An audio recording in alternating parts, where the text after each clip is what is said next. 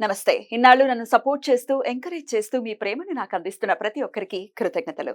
అలాగే ఈ వీడియో కూడా ఖచ్చితంగా మీకు ఉపయోగపడుతుంది. లైక్, షేర్ అండ్ సబ్స్క్రైబ్ చేసి మీ సపోర్ట్‌ని నాకు అందించండి. అలాగే ఈ వీడియో పట్ల మీకున్న అభిప్రాయాన్ని కామెంట్ సెక్షన్‌లో కామెంట్ చేసి తెలియజేయండి. ఇప్పుడు వీడియోని చూద్దాం. జ్యోతిష్య శాస్త్రం ఒక అద్భుతం. వేదాంగమైన జ్యోతిష్య శాస్త్రం అనేటువంటిది మానవ జీవన గమనానికి ఒక వరం. జ్యోతిష్య శాస్త్రం నీ జీవితంలో వెలుగునింపే ఒక భాష. ఆ భాష నీకు అర్థమైతే ప్రకృతి నీతో మాట్లాడుతుంది. అస్ట్రాలజీ నేర్చుకోవాలి అనుకునే వారికి అద్భుత అవకాశం. మురళీధర శర్మ గారి అస్ట్రాలజీ క్లాసెస్ అతి త్వరలో మొదలు కాబోతున్నాయి. 100% జాబ్ గ్యారంటీ. వివరాల కొరకు సంప్రదించండి. నమస్తే, వెల్కమ్ టు అవర్ ఛానల్. నేను పద్మిని. ప్రస్తుతంతో పాటు ప్రముఖ ఆధ్యాత్మికవేత్త, నారీసేన ఫౌండర్, దత్త ఉపాసకురాలు శ్రీమతి లతా దత్త గారు మనతో పాటు ఉన్నారు. మాట్లాడదాం. అక్క నమస్తే. అక్క నమస్తే. జై గురుదత్తారా. శ్రీ గురుదత్త. అక్క చాలా విచిత్రంగా ఉంటాయి కొంతమంది కోరికలు. కానీ సరే, ఇంకా నేను ఇందాక అన్నట్టుగా ఎవరి పర్స్పెక్టివ్ వాళ్ళది. ఎండ్ ఆఫ్ ది డే వాళ్ళకి పాపం సమయం లేదో, లేకపోతే ఓపిక లేదో, నిజంగానే శరీరంలో కొంచెం కొంతమందికి సహకరించదు శరీరం. పాపం చాలా మంది కొంతమందికి నిజంగా రకరకాల ఆరోగ్య సమస్యలతో సఫర్ అవుతున్నారు. అలాంటి వాళ్ళకి కరెక్ట్ ఏదైనా ప్రత్యామ్నాయం భగవంతుడు చెప్తాడు.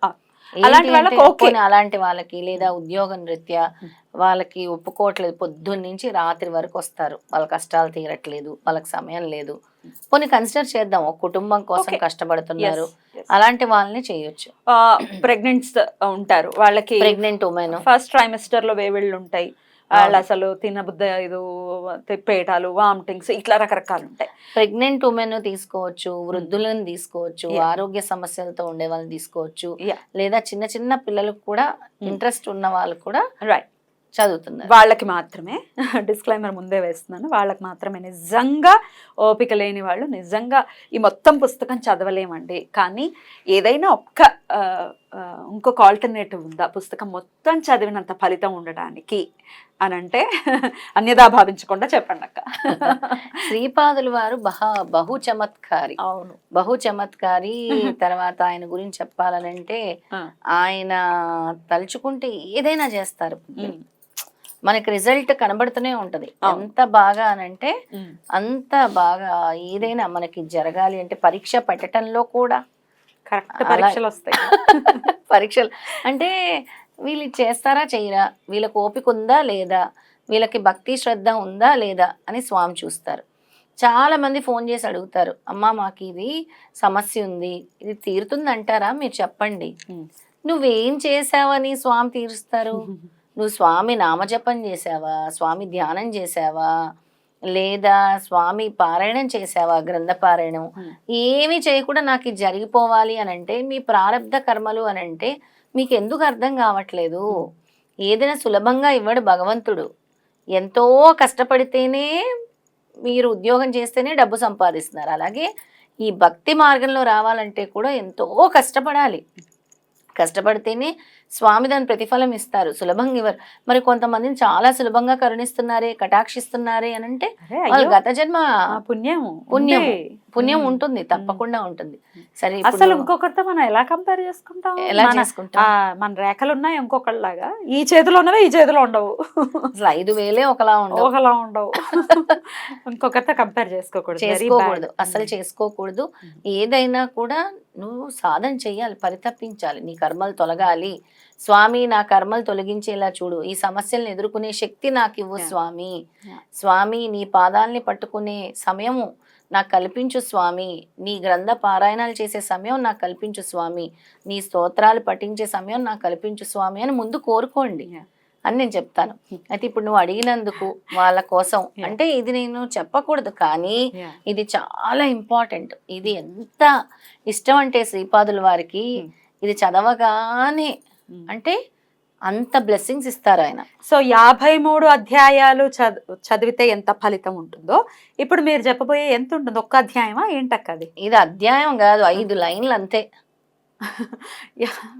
53 అధ్యాయాలకి తుల తూగేటటువంటి 5 లైన్లు అంటే శ్రీకృష్ణుడు ఒక్క తులసి దళానికి తూగినట్టు. ఇది దత్తదాసు అనే ఒక శ్రీపాద శ్రీవల్లభ భక్తుడు. దత్తదాసు శ్రీపాదులు వారిని ఈ విధంగా స్తుతిస్తాడు.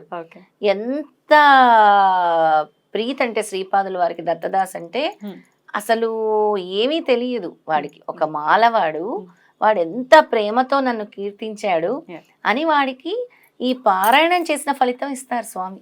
53 అధ్యాయాలు అలా. అంటే స్వామి చెప్పిన మాటలు, నేను వాడు అంటే నేను ఉపయోగించిన మాట కాదు, స్వామి ఆ విధంగా ఆ దత్తదాసుని కరుణించినటువంటి వాక్యాలు ఇవి.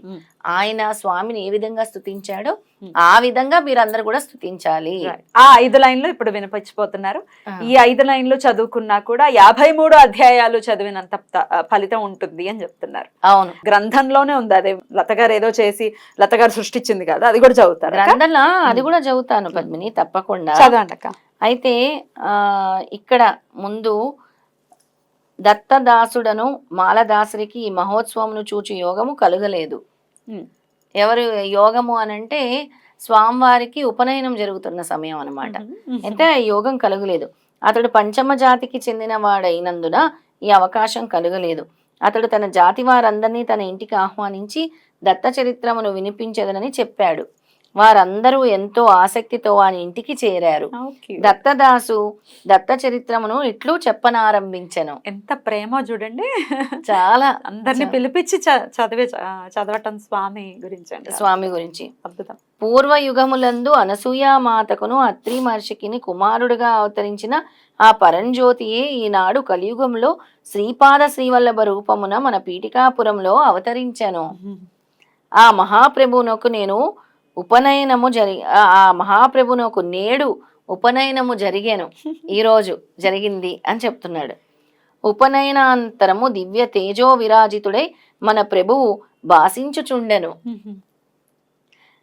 దిన జనోద్ధారకుడైన ఆ ప్రభువునకు నిత్య శ్రీరస్తు నిత్య శ్రీమంగళము అగునుగాక అని ఈ 5 లైన్లు అన్నాడు. ఇది స్వామికి ఎంత ప్రీతి అంటే ఇప్పుడు చెప్తాను. ఇంతకంటే శ్రీ గురుని గురించి చెప్పుటకు అతని వద్ద ఏ రకమైన పాండిత్యము లేదు. ఉందా పాండిత్యం ఇందులో? లేదు. అయినా లొంగిపోయాడు స్వామి. లొంగిపోయాడు. లోపల ఉన్నటువంటి ఆయన చూపించిన వాత్సల్యానికి లొంగిపోయాడు. వాత్సల్యం. అలాగే అతడు ఇదే కథను పదే పదే చెప్పుతున్నాడు. సేమ్ 5 లైన్లే పదే పదే. కానీ ఇందులో బాగా అద్భుతమైన పదాలేవి? పరంజ్యోతియే ఈనాడు కలియుగంలో శ్రీపాద శ్రీవల్లభ రూపమున పీఠికాపురంలో అవతరించెను. దీన జనోద్ధారకుడైన ఆ ప్రభువునకు నిత్య శ్రీరస్తు నిత్య శ్రీమంగళము అగునుగాక అనేది అలా పదే పదే చెప్తూ వినువార్లు కూడా తన్మయులయ్యారనమాట. వినే వాళ్ళందరూ కూడా ఈ రకముగా 53 సార్లు చెప్పాడట. 53 సార్లు జరిగాను. దత్తదాసుపై శ్రీపాదులు వారి అమృత దృష్టి పడింది. ఉపనయనానంతరము శ్రీపాదులు వారు అక్కడున్న బ్రాహ్మణుతో తాను మాలదాసరి ఇంటికి వెంటనే పోవలసి ఉన్నది అని చెప్పారట. స్వామిని చూడ్డానికి వాళ్ళకి అనుమతి లేదు, కానీ స్వామే వస్తే ఎవరు ఆపగలరు? అప్పుడు అంతట శ్రీ బాపనార్యులు శ్రీపాదులు వారిని కారణం అడుగుగా స్వామి చెప్తున్నారు. విశుద్ధ అంతఃకరణుడైన దత్తదాసు నా చరిత్రమును వినిపించాడు. అతడు ఒక పరి చెప్పినది ఒక అధ్యాయముగా భావించిన 53 అధ్యాయములు పూర్తయినట్లు భావింపవలెను. ఒక్కసారి చదివితే ఒక్కసారి ఒక అధ్యాయం చదివిన ఫలితము ఆయన స్వామి చెప్తున్నారు. భావించిన 53 అధ్యాయములు పూర్తయినట్లు భావింపవలెను. నా చరిత్రను 53 అధ్యాయములు శ్రద్ధగా పూర్తిగా చేసిన వారికి ఇవ్వవలసిన సర్వ ఫలితమును వెంటనే అతనికి ఇవ్వవలసి ఉన్నది. నేను వెంటనే ఆయన దగ్గరికి వెళ్ళి ఈ 53 అధ్యాయములు చదివిన ఫలితం నేను ఆయనకి ఇవ్వాలి, నేను ఇప్పుడు వెళ్తున్నానని స్వామి వెళ్ళారు. వెళ్ళి మరి ఏమన్నారు అది కూడా మనం చెప్పాలి కదా. అయితే శ్రీపాదులు వారు దత్తదాసు వద్దకు పోట బ్రాహ్మణ్యం వాళ్ళు అనుమతి ఇవ్వలేదు, కానీ వెళ్ళారనమాట. అయితే ఎవరికి అనుమతి ఇవ్వాలి నాయన? స్వామి అనుమతితో మనం బ్రతుకుతున్నాం. అవును, అంతే కదా. అంతే. అయితే స్వామి చెప్పారనమాట ఏమనంటే, మీరు ఎవరినైతే పంచములని నీచ జాతి వారిని క్రౌర్యంతో అణిచివేయుచున్నారో వారి అందే నా కటాక్షం మెండుగా నుండి రాబోవు శతాబ్దంలో వారు ఉన్నత స్థితి యందు ఉండురు అని స్వామి చెప్పారు. అద్భుతం. తన నోట చెప్పారనమాట. అయితే ఎంత తొక్కేద్దాం అనుకుంటే స్వామి అండదండలుంటే ఎవరిని ఆపలేరు. ఎవరిని ఆపలేరు. వారు భావన మాత్ర సంతుష్టులు. ఎవరు? శ్రీపాదులు వారు. ఎవరైనా సరే భావన మాత్రాన్న శ్రీపాదులు వారు సంతృష్టి చెందుతారు. వారికి కుల గోత్రములతో గాని మరే విధమైన భౌతికములైన విషయములతో గాని ప్రమేయమే లేదు. కుల గోత్రములతో గాని భౌతికమైన విషయాలతో ప్రమేయమే లేదు. దత్త ప్రసాదమునకు అంత్య కులజుడు సమర్పించినను భక్తితో స్వీకరింపవలెను అని స్వామి చెప్పారు. అలక్ష్యము చేసిన ఎడల కష్ట నష్టములను గురి అవుదురు. అందుకే ఎవరిని అలక్ష్యం చేయకూడదు అని దీని ద్వారా తెలుసుకోవాలి. అలాగే ఈ 53 అధ్యాయములు పారాయణం చేయలేని వాళ్ళు దీంతో, అంటే ఎవరైతే నాకు ఇంకొక స్థితి లేదు, నీ పాదాలే శరణ్యం, ఈ 5 లైన్లే నేను ఇప్పుడు నీ కోసం చదవగలను స్వామి, నేనుండే పరిస్థితుల దృష్ట్యా, నేనుండే స్థితి దృష్ట్యా మీరు నాకు కరుణా కటాక్షాలు కురిపించాలి, నేను ఇదే చేయగలను ఇప్పుడు వరకు అనుకొని మనస వాచ కర్మన. ఇప్పుడు ఆయనకి ఎంత భక్తి ఉందో మనకి అంతే భక్తి ఉండాలి.